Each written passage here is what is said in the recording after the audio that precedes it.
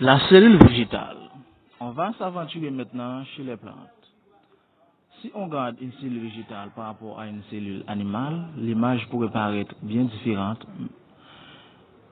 Et pourtant, il y a quelques structures qui changent, mais ça fait une grosse différence. La première chose qui frappe quand on la regarde, c'est la forme. La cellule végétale a une forme beaucoup plus polyédrique, et ça, c'est parce qu'elle est entourée d'une paroi rigide.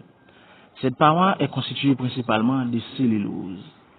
La cellulose est un énorme polysaccharide qui est fait de centaines, voire des milliers d'exemplaires de glucose qui sont attachés ensemble pour former des grandes chaînes. Cette paroi contient aussi de la pectine, un autre polysaccharide que tu connais sûrement. Cette paroi entoure la cellule et elle est donc extérieure à la membrane plasmique. C'est elle qui permet de donner une structure rigide à la cellule végétale, en parlant de la paroi. Autre chose importante dans la cellule végétale, c'est cet énorme organite qui semble tout vide. On pensait en effet que c'était un organite vide. C'est pourquoi on l'appelait vacuole. Vacuole qui vient du vacuum, le vide en anglais.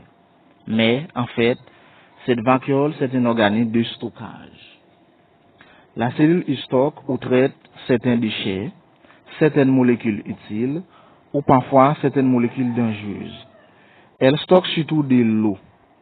Cette grande quantité d'eau stockée dans la vacuole sert à maintenir la pression forte de la cellule contre la paroi. Et c'est ce qu'on appelle état de turgescence de la cellule. Cette turgescence donne la rigidité à toutes les cellules végétales qui sinon seraient souples et molles. Ce gros organite fait aussi qu'en général, une cellule végétale sera beaucoup plus grande que la cellule animale, jusqu'à 10 fois plus grande. Justement, ce stockage de déchets nous fait penser à un autre organite, le lysosome. La vacuole joue chez les plantes le rôle que jouerait le lysosome chez les cellules animales. Mais en fait, il n'y a pas de lysosome chez les plantes, ce rôle est pris par les vacuoles. Une autre chose qu'on ne trouve pas chez les cellules végétales, c'est le centrosome. Pas de centrosome chez les cellules végétales. Même s'il y a des microtubules qui font bouger les organites dans la cellule végétale, on ne voit pas de centrosome. Et alors, on va clôturer la cellule végétale avec l'un des organites les plus complexes, le chloroplaste. Alors, ce nom devrait faire penser à chlorophylle, le pigment vert qui permet de capter l'énergie solaire nécessaire pour la photosynthèse. Et en effet, cette photosynthèse a pour siège le chloroplaste. Le chloroplaste est constitué de 3 membranes. Une membrane externe, une membrane interne et une membrane thylakoïde. Dans la membrane thylakoïde que se trouvent enchâssées les molécules de chlorophylle, certaines captent la lumière bleue et d'autres la lumière rouge.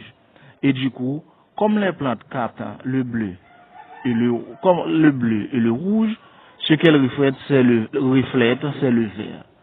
C'est pourquoi les plantes sont vertes.